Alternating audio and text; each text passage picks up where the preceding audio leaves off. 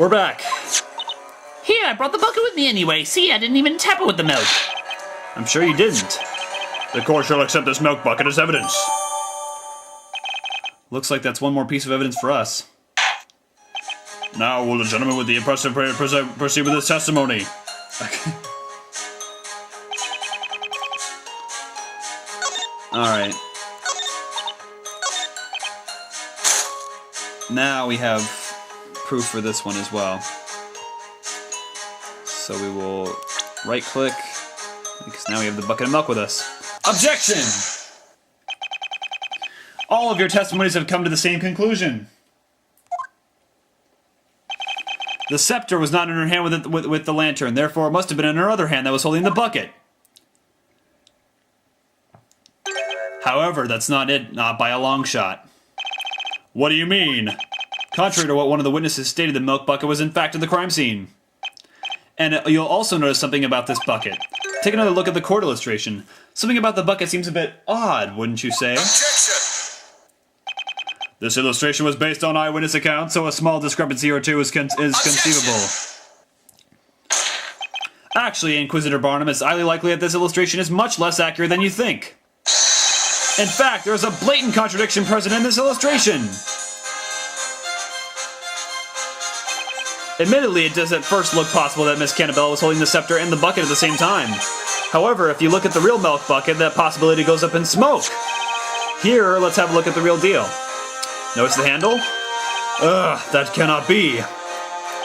Oh, but it is. This particular milk bucket has two pieces of wood on either side of the handle.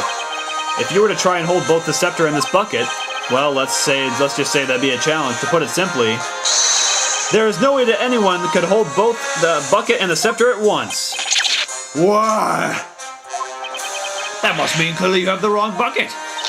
We never lie when it comes to milk. That is the very bucket I took. It looks like the witnesses are surprised about this as Barnum. The defendant couldn't have been able to hold the bucket and the scepter at once. Also, we've already established that she was not holding a scepter in her right hand. Therefore, the defendant, Miss Isabella Cantabella, was not holding a witch's scepter at any point during the incident. Order, order, I said order. Just what is the meaning of this? In all my days as judge of this court, I have never heard such an argument. These are but a paltry set of words, and yet they ring with such remarkable strength. Your Honor, what you just heard was logic. Logic, you say? What is with these two? They've just silenced Inquisitor Barnum with mere words. Such foolishness. This must be some type of witchcraft. Wait, do you think could they be witches? It would seem that the concept of logic does not exist in this world. Right, then let's take this chance to knock their case down a peg or two. I'm worried if we keep this up, we'll all be joining Isabella in a one-way trip to the flames. Objection!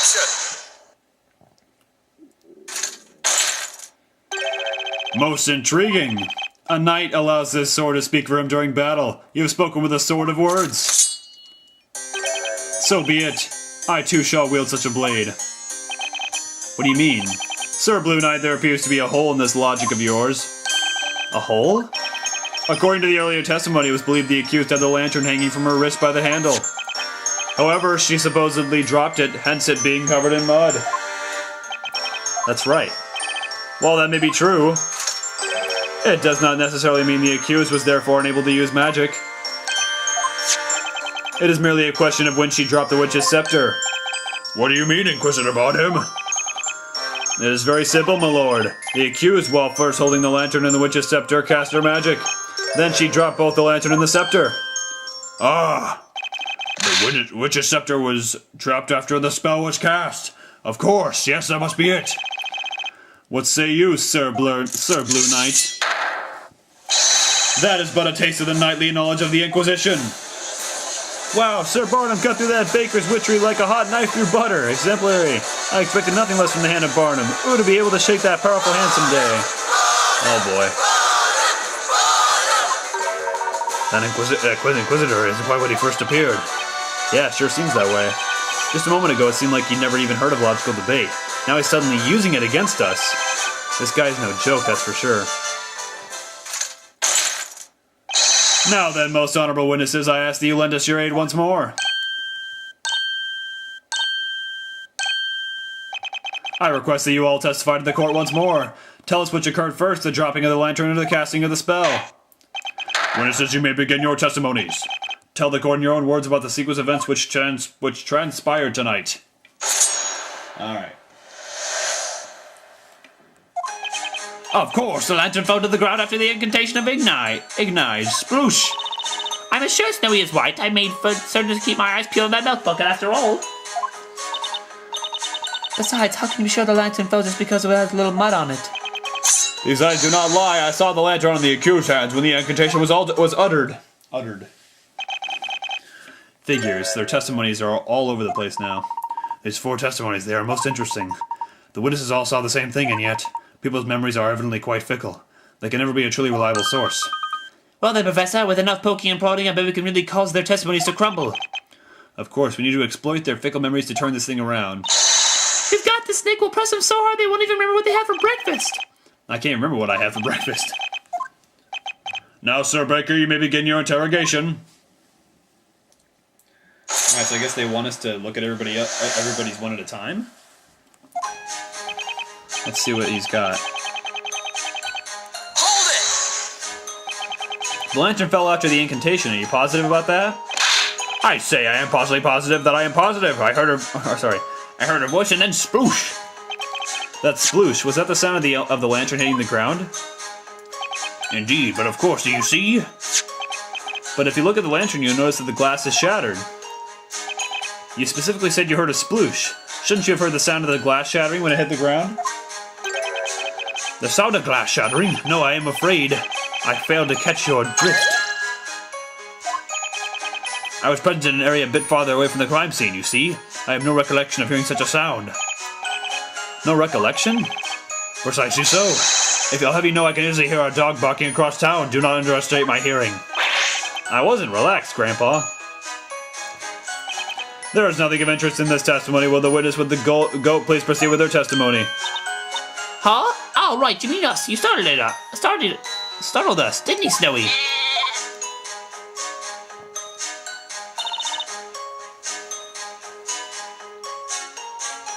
Alright. Hold it! But earlier, you stated that Miss Candabella had the lantern hanging from her wrist. Well, not quite. We didn't say for certain. We only believed it was on her wrist.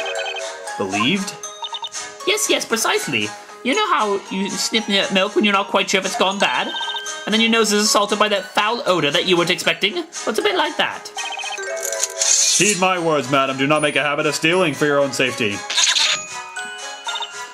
We said we're sorry. Please, it was all Snowy's fault. Oh, brother. Anyway, we can confidently say that we both saw the milk bucket, right, Precious? And as for the lantern falling, we don't know much about that, do we now, Schnookums? Alright, so is there anything that's, like, important here that we need? Oh, what? Really? Wow, I didn't hear anything special. There was definitely something out of place about that one witness's testimony. It was something I haven't noticed from any of the other witnesses so far. It appears you may have found something, Mr. Wright. A 4-witness cross-examination. This is something I've never done before. But then, maybe there's another way I should be tackling this. I believe it is worth trusting that intuition, Mr. Wright. Okay, got it. Alright, let's try pressing that old man one more time. Whoops. Hold it! The lantern fell after the incantation. Are you positive about that? Oh wait, I already...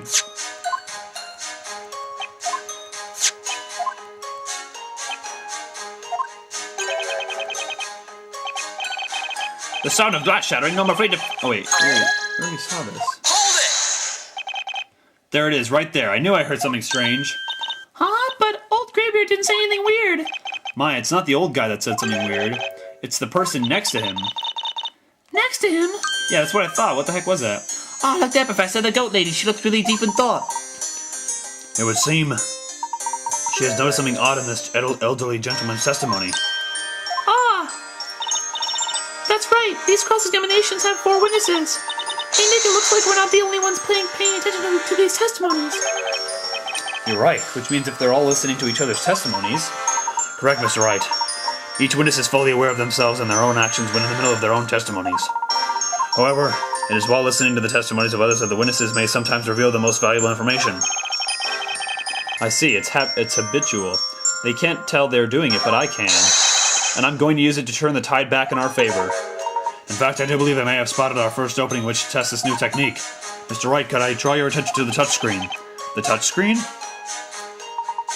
Sliding the magnifying glass during a witness's testimony will allow you to shift your focus across to another witness. Oh, cool. Right, so the important thing here isn't the witness that's in mid-testimony, it's the other 3 witnesses listening. It's just a matter of catching them off guard and questioning them. What are you waiting for, Nick? Let's give it a shot. How about we try questioning the gold lady next to old Greybeard? Okay, all I have to do is slide the magnifying glass over to that witness. Okay.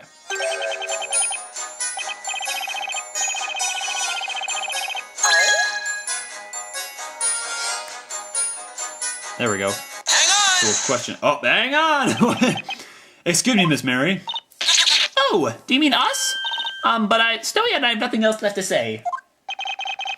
I knew it. I caught her completely by surprise. Mr. Wordsmith just gave his testimony. He told us all about the sound he heard when the lantern fell to the ground. Mr. Wordsmith didn't seem too sure, but I wonder if you might happen to have something to say about this. Huh? Well, that's...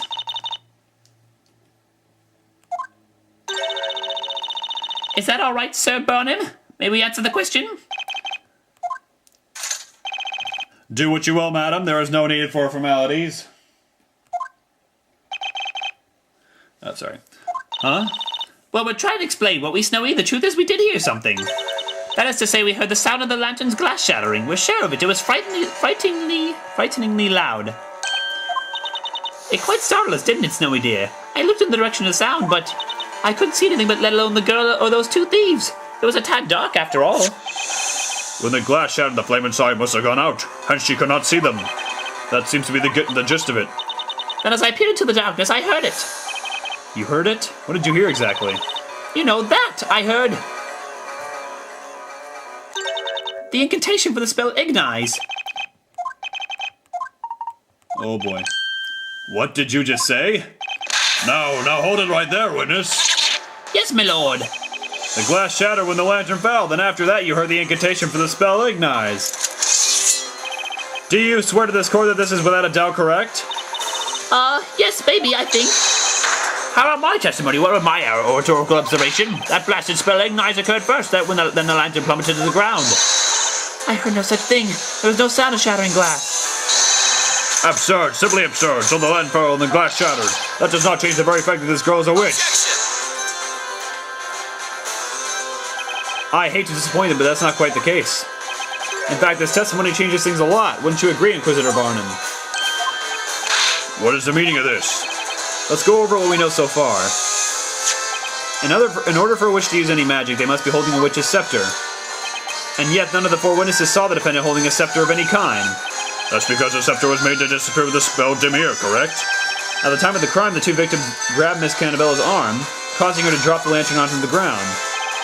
If at the time she was in fact holding an invisible scepter, then the scepter must have fallen when she dropped the lantern. Now, let's say hypothetically, that Miss Cannabella really is a witch. In order to use any magic, she would have had to recite the spell before dropping the scepter. However, as our witness Miss Mary has just stated in her testimony, she heard the incantation for Ignize after hearing the lantern's glass shatter.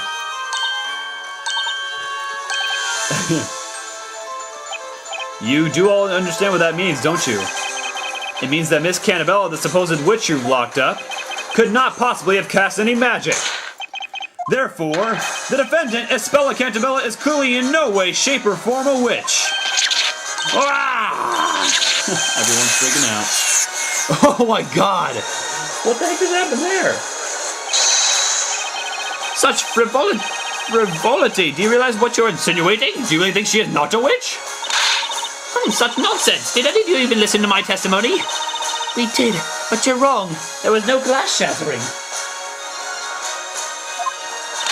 Are you calling me a liar, Missy? You couldn't even see the mud on the lantern when it was plain as day. What ridiculous claims, all of you! Oh, hush. Take a little toy sword and go back to playing pretend, Sir Knight.